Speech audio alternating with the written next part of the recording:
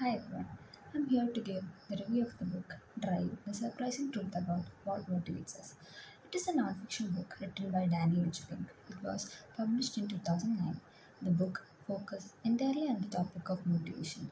It contends that autonomy, mastery, and purpose are the three main subcategories into which motivation can be divided, and motivation is mostly internal. Man was motivated by his own survival 1,000 years ago. Finding food and shelter was his goal, along with passing on his genes. This was motivation 1.0. This was the only need and driving force of humanity that time. But later, as the industrialization had started, it changed. It became that external rewards were all we needed to motivate others. We still use this technique nowadays. This known method of motivation is highly obsolete. We apply the cell version of carrot and stick method of incentive at our home, in the classroom, and even at work. It means that performing well earns rewards, while poor performance results in punishment. This method is also known as Motivation 2.0. However, it is not one or two. He also discusses 7 reasons why carrots and stick method does not work often. Studies have shown that there are better ways to motivate us. This book talks about the surprising truth about what motivates us. Extrinsic and intrinsic motivation are the two categories into which motivation can be divided. The motivation that originates from within, such as the drive to learn something new, or the fulfillment that comes from finishing a difficult task, is known as intrinsic motivation. Instead of engaging in an activity because of the rewards you receive from someone else, you are doing it for your own sake. In and of itself, the action is rewarding. Cleaning your room because you like tidying up, or finishing word puzzles for the fun and the enjoyment are some of the examples of intrinsic motivation. It is dedicated to getting better and better at something important. It also connects the pursuit of excellence to a larger goal. This is also known as motivation 3.0. On the other hand, extrinsic motivation is not primarily motivated by pleasure or personal interest. Rather, it stems from outside sources like rewards or penalties. Participating in a sport to win awards, getting good grades in an examples, studying to get good grades are some of the examples of extrinsic motivation. The focus of this book is on intrinsic motivation and how it can be applied to everyday life to make our life, our businesses, and our world even better.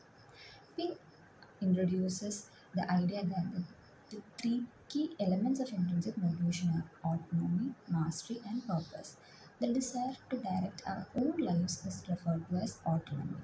According to Pink, giving people more control over their work and their tasks can boost motivation.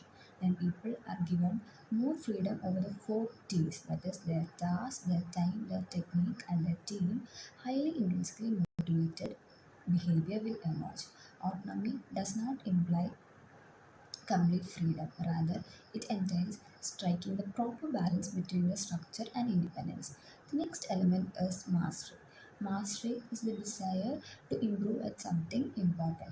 Individuals are motivated to improve their skills and their knowledge, according to Pink. One of the best ways to get better at something is by making use of the principle called practice. It all starts with doing something or a challenging task to the best of your ability.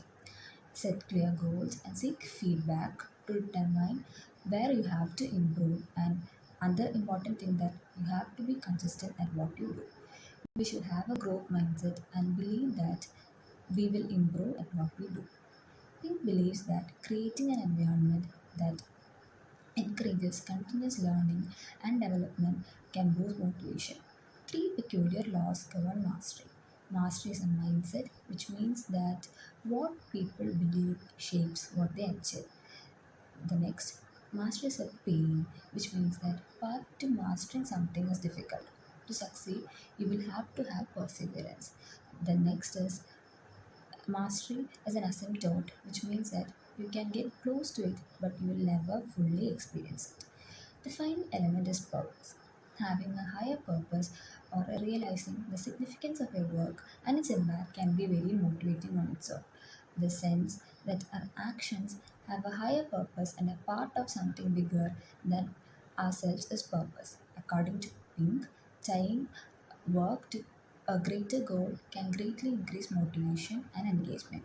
He also discusses purpose motive within an organizational context. Often, we consider profit as the primary motive.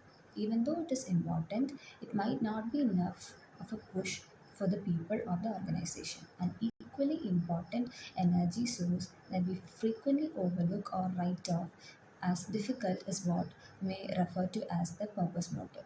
Motivation 2.0 focuses on profit maximization, but Motivation 3.0 does not ignore this, but it gives more emphasis on purpose maximization. The first indications of this new purpose motive can be found in three areas of organizational life, that is, policies, words, and goals. These Motivation 3.0 businesses aim to uphold morality and the law while not pursuing financial gain. Motivation 3.0 businesses look for purpose and consider money as a tool rather than an end of in and of itself. The vocabulary of an organization staff can be used to assess its overall wealth. If the organization identify themselves as weak companies, they will. Scientists who investigate human motivation provided more accurate and precise understanding of human behavior and the human condition. They have unveiled some profound truths. Science shows that carrot and stick method motivators can sometimes work. Apart from not working in many situations, if then rewards run the risk of undermining highly developed conceptual and creative abilities, which are crucial for both present and future social and economic advancement.